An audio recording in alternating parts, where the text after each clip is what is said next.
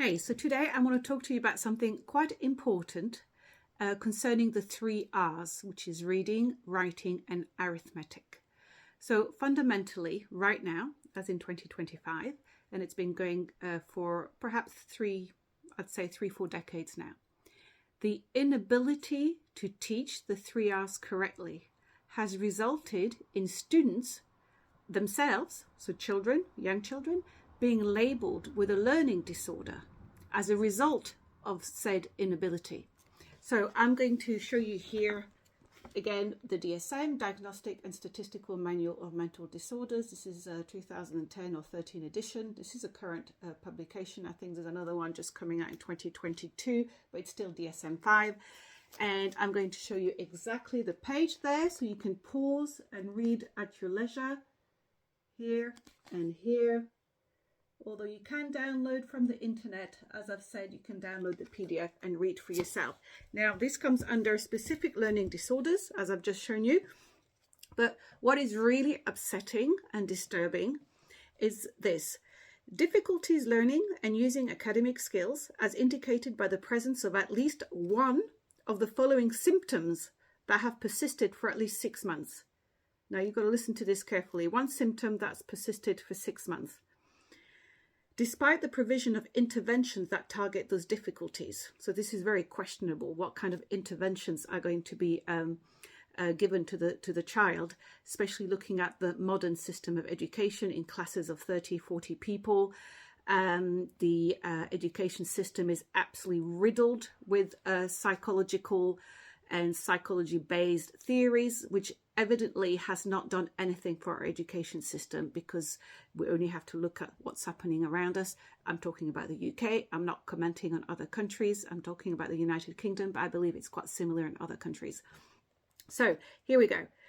Now we're looking at one symptom, and here we are. Inaccurate or slow and effortful word reading. Example, reads single words aloud incorrectly or slowly and hesitantly, frequently guesses words, has difficulty sounding out words. This is just indicative of someone who has not been taught to read properly, okay? And to go and label that person with a learning disorder when they've not been taught correctly to read, it is nuts. And of course, some children can learn to read in 5 minutes.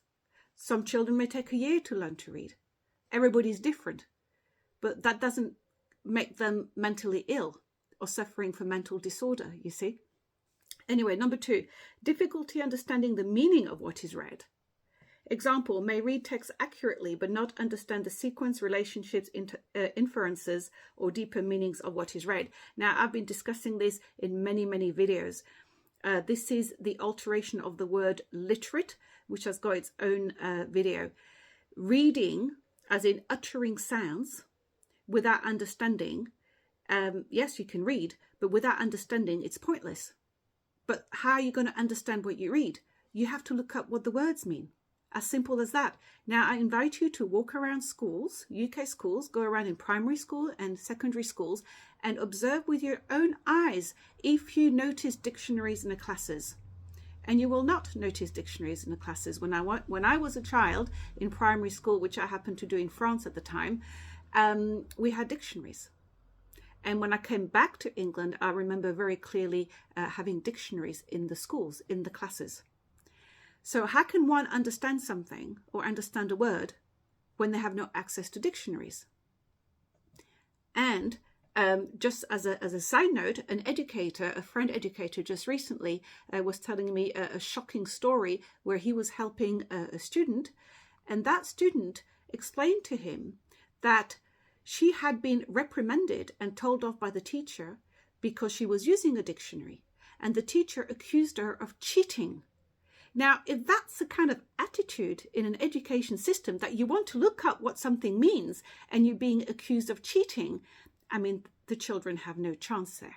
Yeah? So we continue. Difficulty with spelling. May add, omit, or substitute vowels or consonants. Again, lack of practice. You can only learn to spell by spelling and practicing. Difficulties with written expression. Makes multiple grammatical or punctuation errors. Well, you can only learn right punctuation and correct grammar by learning and practicing. And then difficulties mastering number sense, number facts, or calculation. Has poor understanding of numbers, their magnitude and relationship. Counts on fingers to add single-digit numbers instead of recalling the math fact as peers do. Again, not being taught arithmetic properly.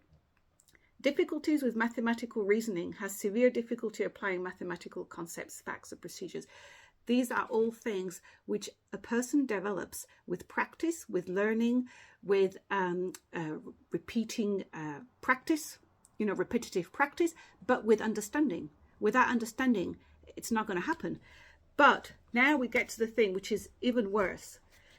So here we go on a second page, which I just showed you earlier on, which you can look. So word reading accuracy, reading rate or fluency, reading comprehension, that comes under the heading of dyslexia. So a word has been invented for an inability or difficulty in reading, dyslexia. Then we have a new word invented called dyscalculia. So this is an inability to deal with mathematical facts or arithmetic, have problems with number sense, memorization of arithmetic facts. And listen to that, memorization of arithmetic facts. You should be teaching them to actually practice and apply and think with the data. Accurate or fluent calculation, accurate math reasoning. So difficulties with that gives you a label of dyscalculia. And then not mentioned directly in here is dyspraxia. So if the child or the person has difficulty handwriting, then that person is labeled with dyspraxia. So we have three words, dyslexia, dyscalculia, dyspraxia, which actually attacks the three R's, reading, writing, and arithmetic.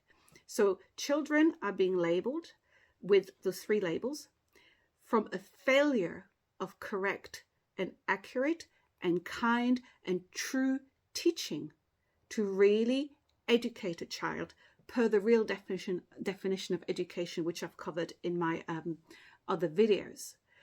So do you see how we have a situation here back to 1984, back to Newspeak, back to population control. This is going around in circle all the time. I'm just giving you the information so you can go and look at it.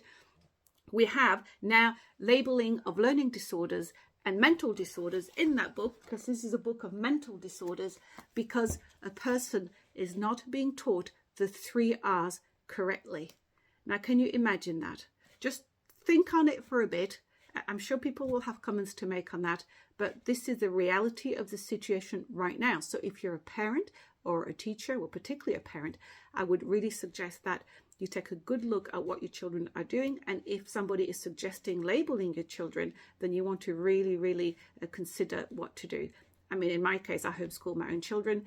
I know not everybody can do that, but there are definitely things that you can do. But keep aware and mindful of what's going on here. Labeling people because they cannot do math, arithmetic, reading or writing. And if taught properly, this would not be a problem. There's no mental disorders there. It's just very poor educational methods.